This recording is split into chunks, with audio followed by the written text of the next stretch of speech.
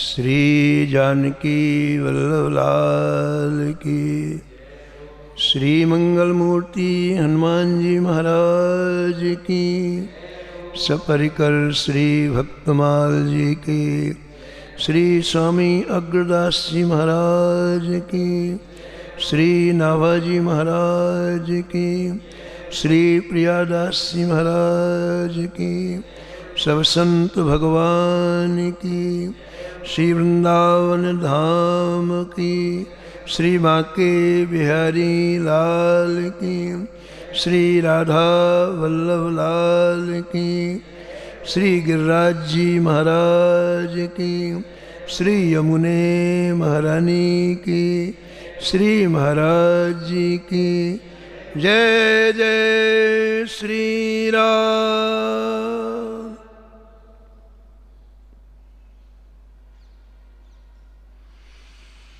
प्रातः स्मरणी परम वंदनी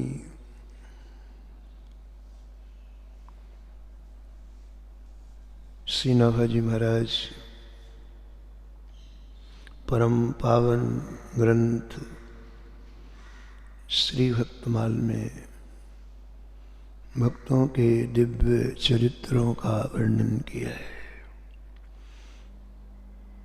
कमला गरुड़ सुनंद आदि षोडश प्रभु पदरथी हनुमंत जामवंत सुग्रीव विभीषण सबरी खगपति ध्रुव उद्धव अम्बरीश विदुर अक्रूर सुदामा चंद्रहास चित्रकेतु ग्राह्यगज पांडव नामा कौसारो कुंती वधू पट ऐचत लज्जाहरी हरिवल्लभ सब प्रार्थों जिन चरण रेणु आसाधरी।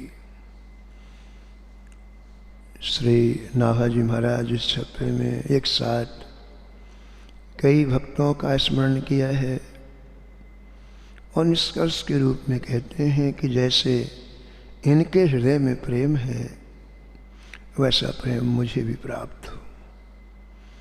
परम भागवत श्री ध्रुव जी के परम पावन चरित्र में आप श्रवण कर रहे थे। एक राजा के परिकर ने श्री उत्तानपाद जी को सूचना दी कि महाराज राजकुमार आ रहे हैं। उत्तानपाद ने पूछा तुम सुनी सुनाई बात कह रहे हो कि तुमने देखा? नहीं महाराज मैंने देखा है। उनके मुखमंडल में इतना तेज है मानो कई सूर्य एक साथ उदित हो गए हों। भगवान मैंने देखा है उनके ओष्ठ धीरे धीरे चल रहे हैं। उन ओष्ठों से निरंतर श्री कृष्ण गोविंद हरे मुरारे हे नाथ नारायण वासुदेव ये मधुर नाम निकल रहे हैं। भाव विवल होकर राजा ने अपने में गले में पड़े हुए बहुमूल हार को निकाला, पहना दिया।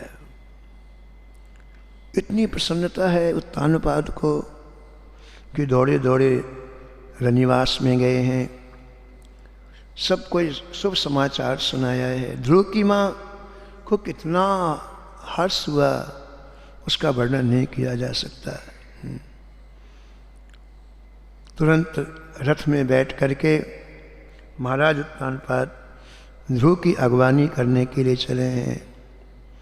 अनेक अनेक ब्राह्मण मांगलिक स्वस्ति वाचन करते हुए चले हैं। मांगलिक वस्तुएं लेकर बहुत से ब्राह्मण चले हैं। सेनापतियों ने चतुरंगिनी सेना सजाई है राजकुमार का स्वागत करने के लिए। और इस तरह से महाराज एक विशाल संख्या में लोग श्री भरत जी की अगवानी के लिए चले।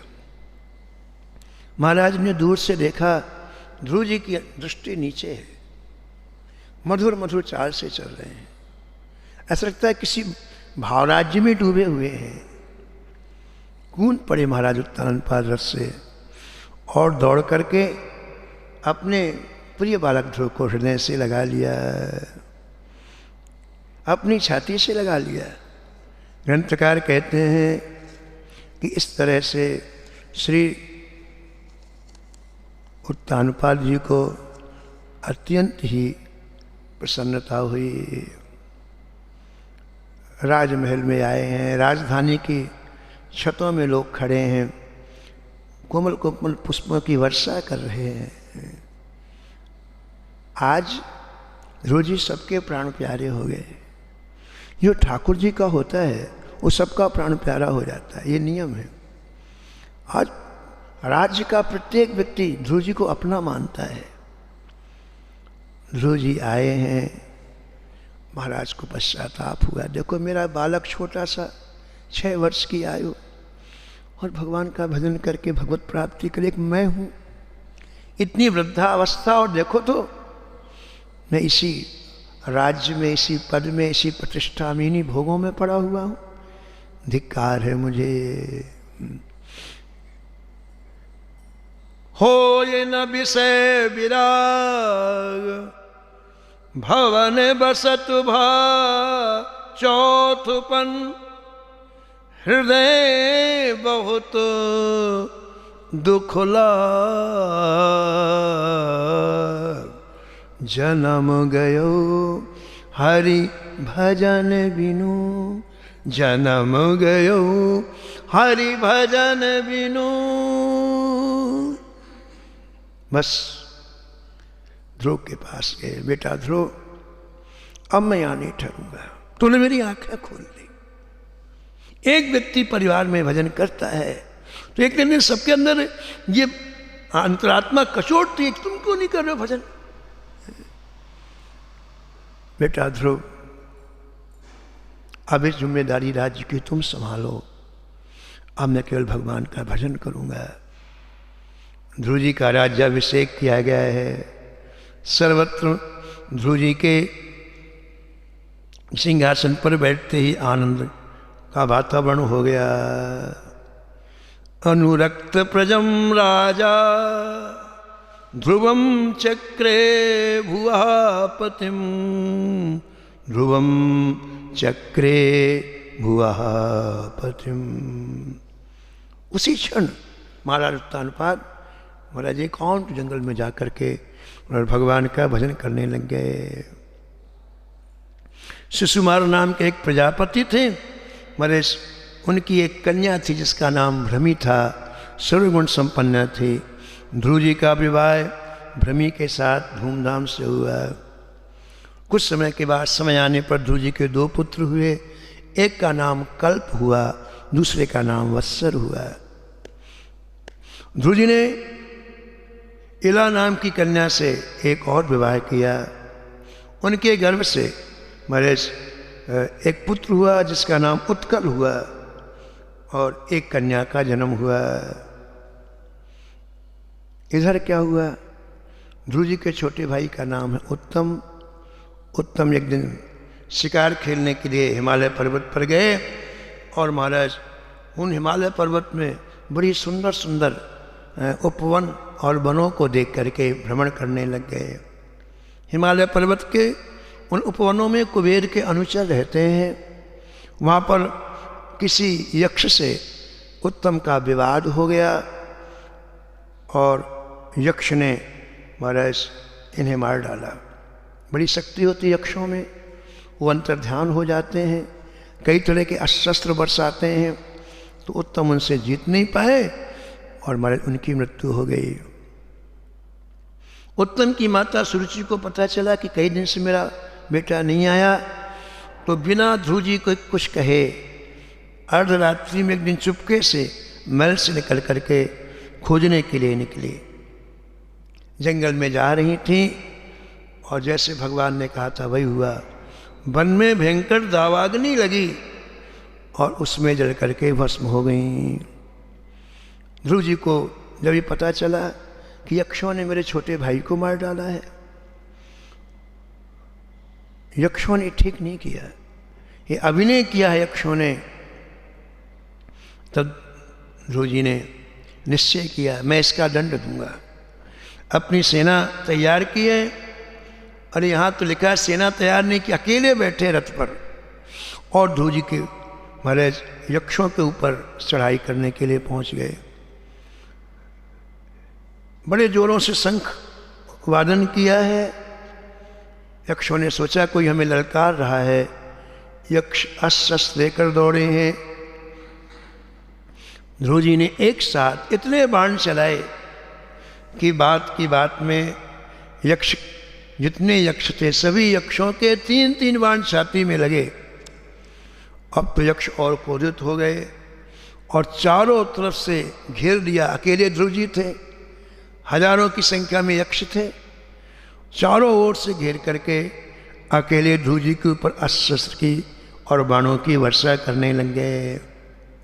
ध्रुव जी भी अत्यंत कुपित हुए। दिव्य धनुष में उन्होंने कई बाण चढ़ाए। यक्षों के सिर कट कट करके नीचे गिरने लग गए और महाराज असंख्य यक्षों का ढेर लग गया। उनके कटे हुए सिर और धड़, रणभूमि में अकेले ध्रुव बचे, बाकी सबकी मृत्यु हो गई जितने यक्ष आए थे। रक्षो गणः क्षत्रिय वर्षाय कहीं।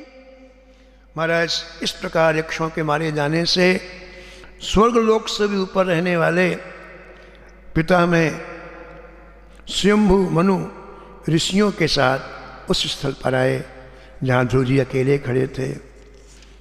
इनके पिता में मनु की संतान उत्तानपाद के पुत्र श्री ध्रुव जी अपने पितामह को देखते ध्रुव जी ने भूमि में लेट करके साष्टांग प्रणाम किया।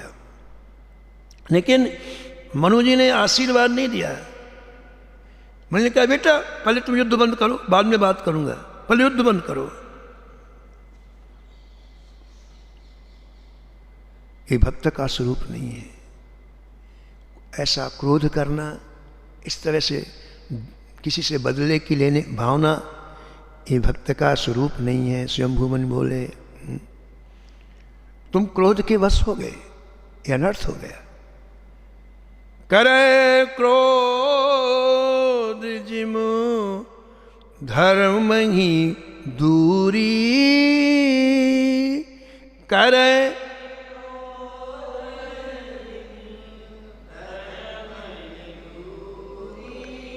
खोजत कतहु मिले नहीं धूरी, खोजत कतहु मिले नहीं धूल। बरसात के समय में जैसे धूल नहीं मिलती, कीचड़ हो जाता है चारों तरफ पानी से। ऐसे प्रेमियों क्रोध आते ही हमारे शरीर से धर्म विदा हो जाता है। बहुत विवेक पूर्वक क्रोध को रोकना चाहिए, बहुत विवेक पूर्वक। एक बार क्रोध एक आग है, एक बार अंतःकरण में आग लग गई, सब जल के भस्म हो गए। इतने दिन की कमाई आपकी, शुभ संस्कार जो एक एक हम एकत्रित करते हैं, क्रोध आती जल करके राख। कभी भी गुस्सा आए, किसी के ऊपर क्रोध आए, तो प्रयास करना चाहिए कि उस क्रोध की अभिव्यक्ति न होने पाए। धीरे धीरे विचारों के द्वारा, सत्संग के वाक्यों के द्वारा उसका शमन करना चाहिए। गीता वन के संस्थापक श्री जयदयाल जी ने एक जगह लिखा है कि कोई कितना भी भजन करे, यदि उसे क्रोध आता है वो भक्त नहीं है। कितना भी भजन करे, यदि उसे क्रोध आता है वो बिल्कुल भगवान का भजन नहीं है। गीता में साक्षात लिखा है क्रोध नरक का द्वार है। क्रोध तामसी योनियों में ले जाने वाला है, नारकी योनियों में ले जाना है। मनु जी ने ध्रुव जी को रोका है, युद्ध मत करो, और कहा देखो जो हो गया पछताने की आवश्यकता नहीं है। अब एक काम करो, ये जितने अंचलों को तुमने मारा है, यक्षों को मारा है, ये सब कुबेर जी के सेवक हैं, तो तुमने कुबेर जी का अपमान किया। इनको मार करके जो लोकपाल हैं, धनाध्यक्ष हैं, कुबेर जी का तुमने अपमान किया है। इसलिए सबसे पहला काम ये करो, कुबेर जी के चरणों में प्रणाम करके क्षमा याचना करो। कुबेर जी आशुतोष भगवान शंकर के मित्र हैं और इस उत्तर दिशा के अधिपति हैं। अलग अलग दिशाओं के अलग अलग अधिपति होते हैं। इस तरह महाराज श्री मनु जी ने ध्रुव जी को ऐसी आज्ञा दिया है। जल्दी से प्रणाम किया ध्रुव जी और श्री मनु जी वहाँ से अंतर्ध्यान हो गए। अब ध्रुव जी विचार कर रहे हैं कि जल्दी अब मैं श्री कुबेर जी के पास जाऊं, क्योंकि प्रपितामह ने मुझे आज्ञा दी है। और क्या हुआ महाराज, वो सोच ही रहे कि सम्मुख एक विमान आया आकाश में, वो नीचे उतरा, साक्षात कुबेर जी श्री ध्रुव जी के सामने प्रकट हो गए। अब तो देखते ही ध्रुव जी की आंख में आंसू आ गए। मेरे से अपराध हुआ, नीचा सिर किए हुए हैं, सामने देख नहीं रहे कुबेर जी के, दंडवत प्रणाम करके चुपचाप खड़े हो गए। कुबेर जी समझ गए ध्रुव को बड़ा संकोच हो रहा है। और देखो इतनी उपलब्धि होने के बाद 6 महीने में भगवान का दर्शन हुआ है, लेकिन कितना शीलवान है ध्रुव है। अत्यंत प्रसन्न होते कुबेर जी ने ध्रुव जी के कंधे में हाथ रखा, बोले तुम कोई गिलानी ना करो, हम तुमसे बहुत प्रसन्न हैं। देखो आदमी की दैन्यता, आदमी की विनम्रता सामने वाले को खुश कर देती है। कितनी बड़ी भी कोई गलती कर दे, लेकिन विनम्रता जीवन में हो तो व्यक्ति सारे अपराधों को भूल जाता है। श्री कुबेर जी ने कहा हम तुमसे बहुत प्रसन्न हैं, तुम्हें जो अभीष्ट हो वो वरदान, जो तुम्हें चाहिए हो मांगो। सराजुराजेनो भराय चोदितो ध्रुवो महाभागवतो महामति हरौ सबब्रे चलिताम स्मृतिं यया तरत्ते यत्नेन दुरत्ययं तमः। हाँ, कितनी बढ़िया बात मांगी। देखो ये देखो भक्ति, ये है ठाकुर जी का भजन। ध्रुव जी कहते हैं कि जय जय, यदि आप मुझे वरदान ही देना चाहते हैं तो ऐसा वरदान दीजिए कि श्री ठाकुर जी के चरणों में मेरी अहेतु की भक्ति बनी रहे। एक क्षण के लिए श्री ठाकुर जी के चरण कमल की कभी विस्मृति नहीं हो, ये मुझे भक्ति दीजिए, ये वरदान दीजिए।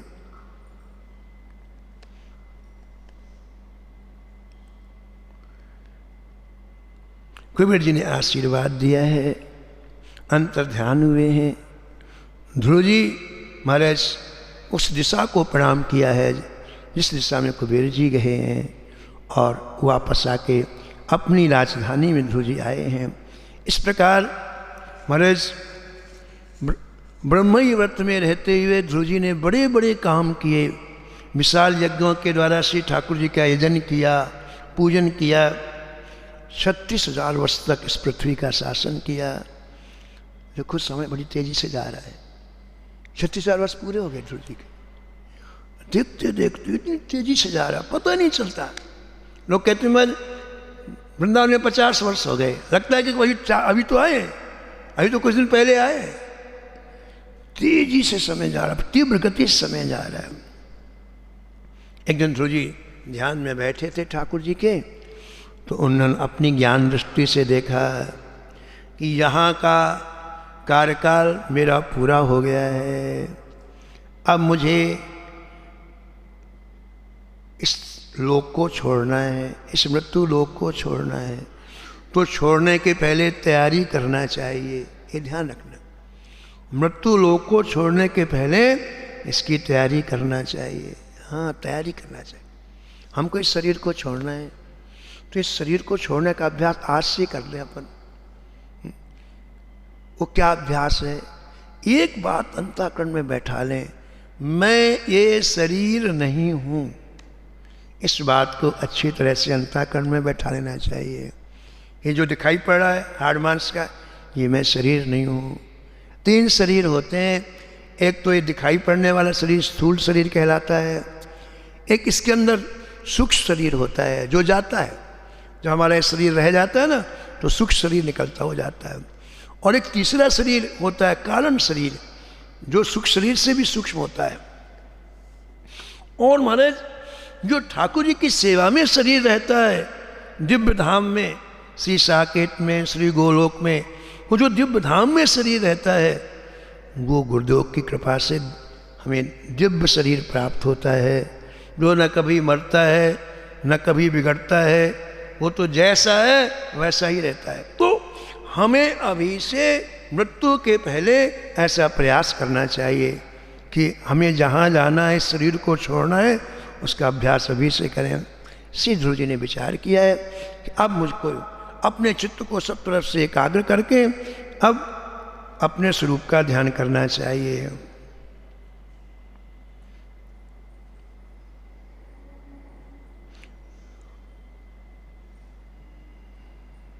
ध्रुव जी ने अंतःकरण में निर्णय कर लिया कि क्षत्रिय की दो ही मृत्यु सर्वश्रेष्ठ बताई गई हैं, या तो धर्म युद्ध में लड़ते लड़ते मर जाए, या वन में जाकर योगाग्नि से अपने शरीर को भस्म कर दे।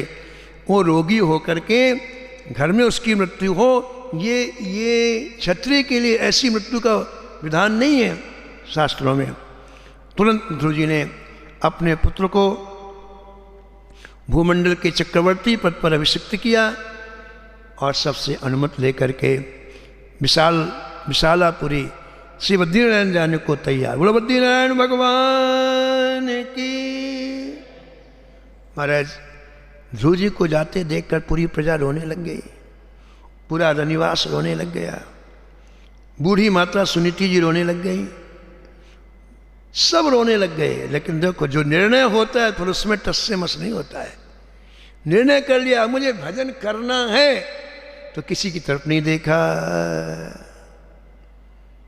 अब नाथ ही अनुराग जीव जड़, त्याग दुरासा जीते, बुझे कि काम अगिन तुलसी कहूँ, विषय भोग बहु गीते, मन पछतई है अवसर बीते, दुर्लभ देह पाए हरिपद भजो, दुर्लभ देह पाए हरिपद भजो, कर्म वचन अरोहियते,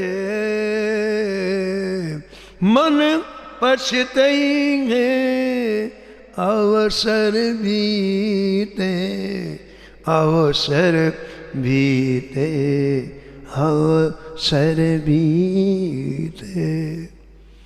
हमारे एक बड़े प्रेमी महात्मा थे, तो वो हिमालय में रहते थे। तो बहुत पहले की बात है, एक बार वो आए सत्संग, इंदौर में एक सत्संग भवन है, वहाँ आए। तो बिल्कुल साधारण व्यक्ति जहाँ ठहरते हैं वहाँ ठहर गए। संतों के लिए संत निवास बना हुआ है, वैसे अपने अपने आसन लगा के संत पड़े, उसी में एक आसन अपना लगा लिया, और बड़े पहुँचे विद्वान थे। तो हमने उनका दर्शन किया, समझ में आया कि बड़े ये कोई पहुँचे हुए महात्मा है। तो उनके लिए अलग से व्यवस्था कराई, अलग से कमरे की व्यवस्था कराई। तो उनसे पूछा, महाराज जी आपको भजन करने की प्रेरणा कैसे मिली? तो हंसने लग गए हो। बोले भैया हम 8-9 वर्ष के थे, तो इस विद्यालय में पढ़ते थे, तो एक छोटी सी अलमारी में हमारी किताबें पढ़ने की रखी हुई थी। तो एक दिन मन में आया कि छुट्टी किताबें साफ कर लें, धूल मिट्टी हटा लें। तो अलमारी खोल के किताब की धूल मिट्टी हटाने लगे, तो एक किताब नीचे गिर पड़ी। अलमारी सफाई करने एक किताब नीचे गिर पड़ी और वो खुल गई, ऐसी गिरी नीचे और ऐसी खुल गई, यूँ खुल गई, ऐसी खुल गई। तो हमने उस किताब को ऐसा करके उठाया, तो देखा वो विनय पत्रिका थी, और उसमें उस पृष्ठ में ये पद लिखा हुआ था, मन पछतई है अवसर बीते, मन पछतई है अवसर भी। दुर्लभ दे पाए हरि पद भज दुर्लभ दे करम वचन अर्घियते हाँ करम वचन मन पछतई है अवसर बीते मन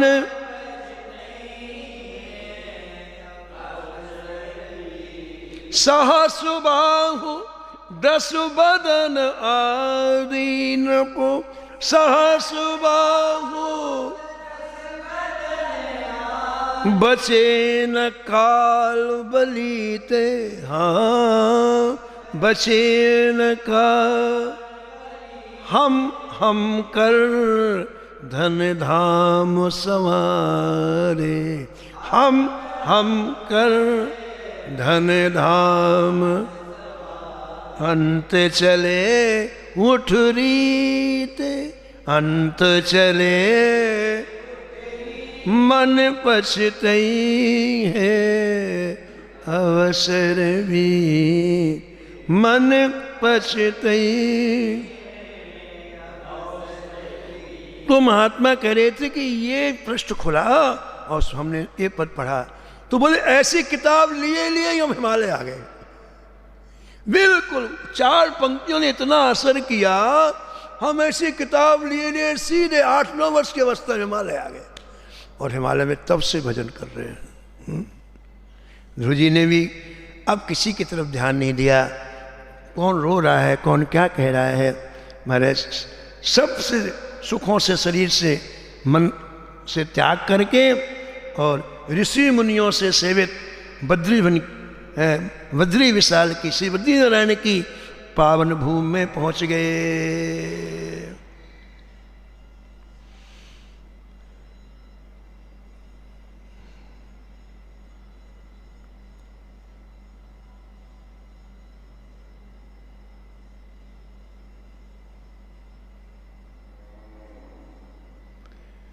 पूज्य महाराज जी कहते थे श्री मथुरादास जी महाराज की आपने विचार किया कि यहाँ अलकनंदा बहती है, अलकनंदा के किनारे बैठ कर भजन करेंगे एकांत। अब बस अब तैयारी है शरीर छोड़ने की।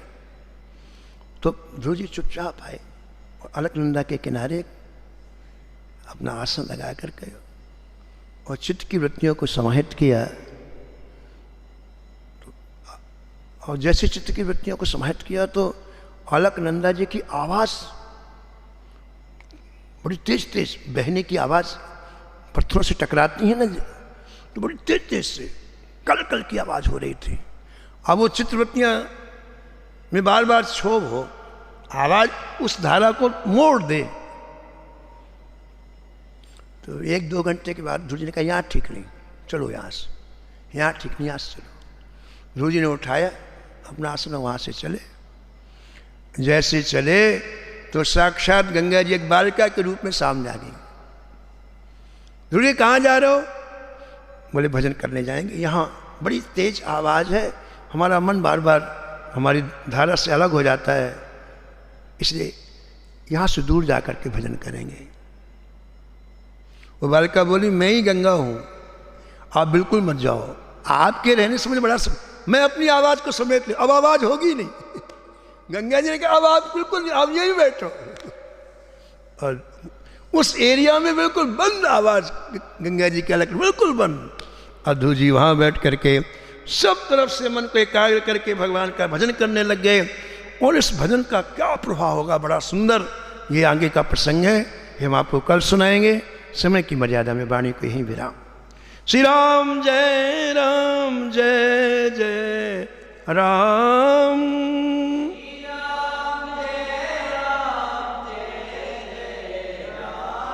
श्री राम जय राम जय जय राम।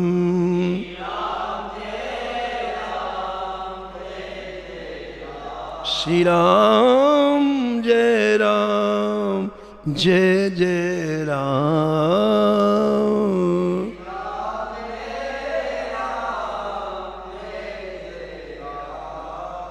नमो नमो श्री भक्त सुमाल।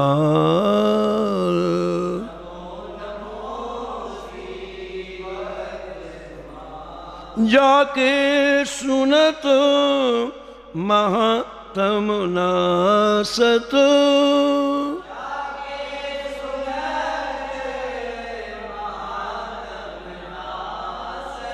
और झलकत राधा नंदलाल।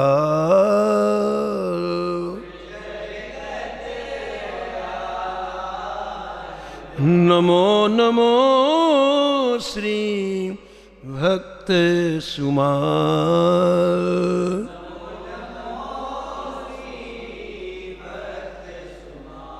गद गद स्वर पुलकित अंग अंगनी,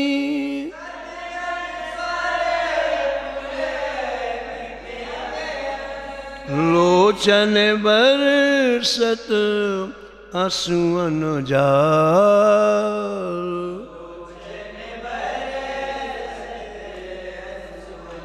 उतर जात अभिमान ब्याल विष,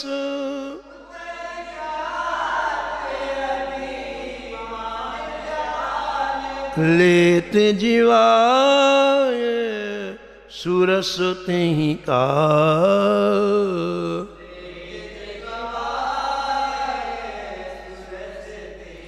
नमो नमो श्री भक्त सुमाल।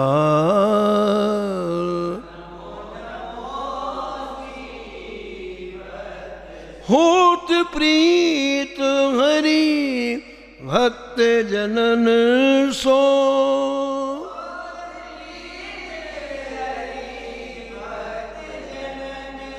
लेत शीघ्र हटी चरण प्रछाल।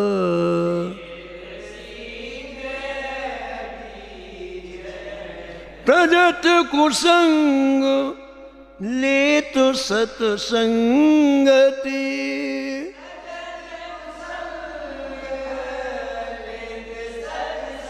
भागो जगत को अद्भुत भाल।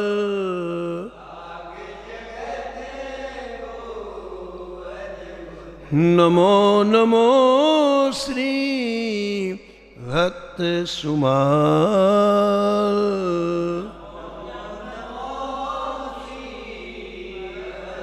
निशिवासर सोवत अरु जागत,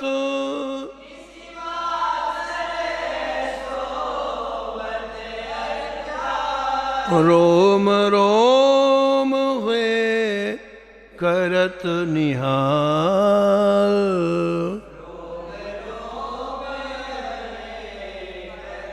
श्री अग्र नारायण दास प्रिया प्रिय,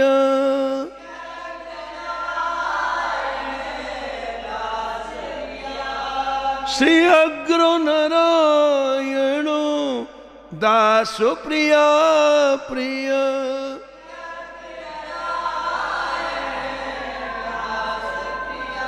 प्रगति जीवन रसिक रसा,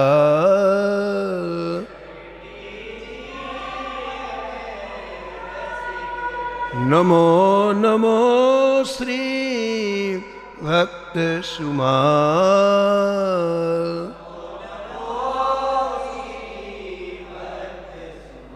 श्री युगल सरकार की